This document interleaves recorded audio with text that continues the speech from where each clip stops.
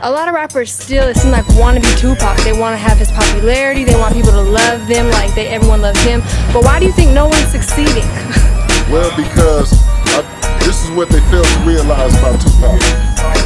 In order for them to be Tupac, they would have to die before they peaked. Right before they peaked, they would have to die. So if you don't die, you can't do it. Bottom line, if you don't go die, you're not gonna be the next Tupac, because it ain't gonna be the next Tupac. Straight up.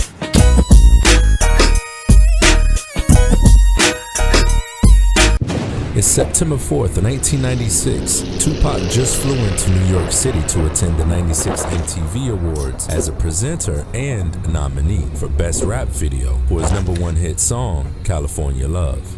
The rap game is in the middle of a media-influenced East and West Coast beef, with the flames being ignited even more since the release of Hit 'Em Up back in June 4th, 1996. Most New York artists are upset with Tupac ever since he drew the line to pick a side in his beef with Bad Boy, even disrespecting several top New York artists. It's also Tupac's first time back in his birth state since releasing Hit 'Em Up back in June. Even more, it's the same place he was shot 5 times a year and a half ago, so his team is on high alert for any threats. Before heading out of his room, Tupac gifted Fatal his death row chain and a Rolex to wear to the award show. Next, they stopped to get the Dogfather, Snoop Dogg, who just had his hair freshly laid, perm looking silky smooth. Now that the death row stars are together, they set to head out to the award show. They split up in separate limos. Snoop and Suge with security got in one, while Tupac and the Outlaws and a few Jersey goons got in their own. Tupac told Fatal, since he already got the bandana on and the jewels like him, to sit by the window so he could get the extra attention from the fans who would think he was him. On the way, Tupac saw a group of baddies, stopped in the limo and asked them,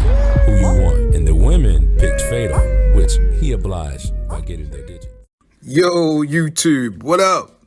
It's your homie Gab, I'm in the building, and this is MAKAVELI Media.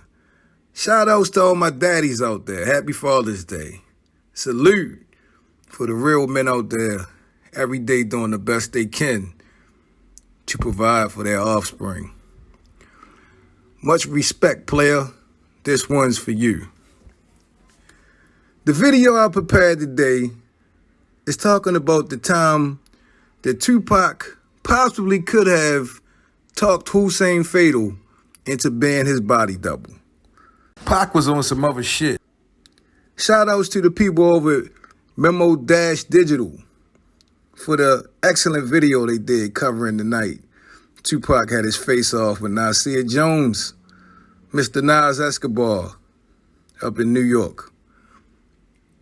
I remember about 8 years ago, there was a video online where basically Hussein Fatal was talking about how Tupac used to try to get him to look like him. Like Pac used to use him as a body double, you know, in a sense. Couldn't find that video, but so my homies over at MEMODASHDIGITAL put together a video where Tupac is in New York. It's his first time back in New York in a while. He's there to be a host and receive an award from MTV. He's back at his hotel room. It's a lot of tension in the air. The last time he was in New York like that, he was shot 5 times, and you know the rest, right? So now he's back with Death Row. They mobbing in New York, and before they hit the award show, Pac gives Fatal his Death Row chain. Then when they get outside, in his Rolex, sorry. They get outside, and Tupac tells Fatal, yo, since you got the bald head and the bandana or whatever, you might as well sit by the window and let the fans think you me. Let you get all the attention.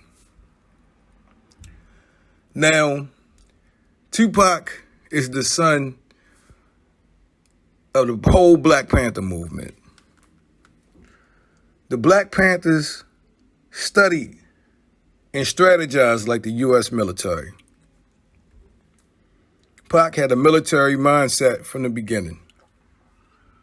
He was no dummy.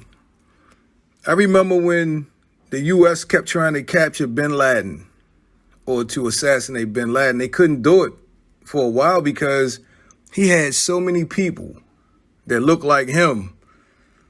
It was hard to tell if you got the real one, if you know what I'm saying. It's been rumors that Tupac knew the importance of having body doubles, and you hear some people try to dispute it, but there's a lot of evidence out there that Tupac kept body doubles on deck because he knew his life was in danger. But more importantly, I think Hussein Fatal knew what Tupac was asking him to do all along. Because in another interview I saw of Fatal talked about how the outlaws and other guys hanging around wasn't there just to eat food or to holler at chicks. He knew the significance of them guys being around. He was saying that Tupac should not have been the guy fighting with Orlando Anderson in the MGM, right? He said somebody else should have been doing that. That's what we there for.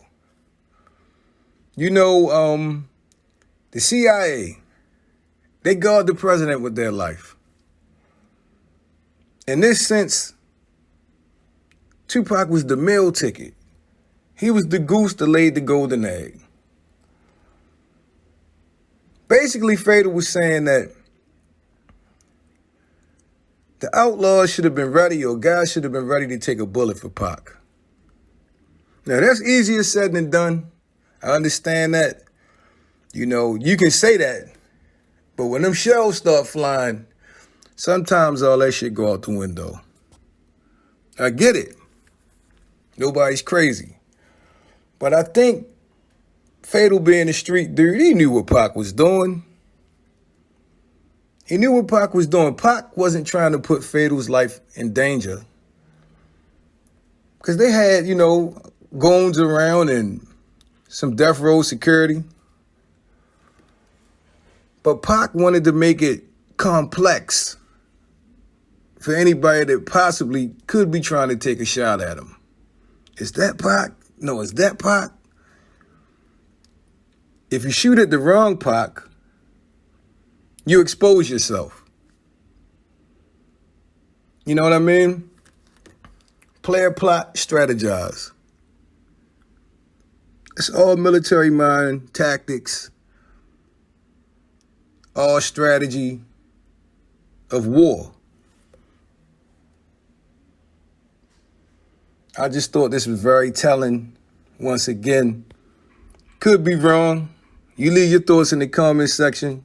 But to me, it sounded like Tupac was, you know, getting Fatal to play that role. And Fatal said it in his own words before. But once again, I think Fatal knew what was up. Pac ain't gonna come out and ask Fatal, or maybe he would have. Because you heard him in his lyrics say, would you die for me? Would you kill for me? Yeah.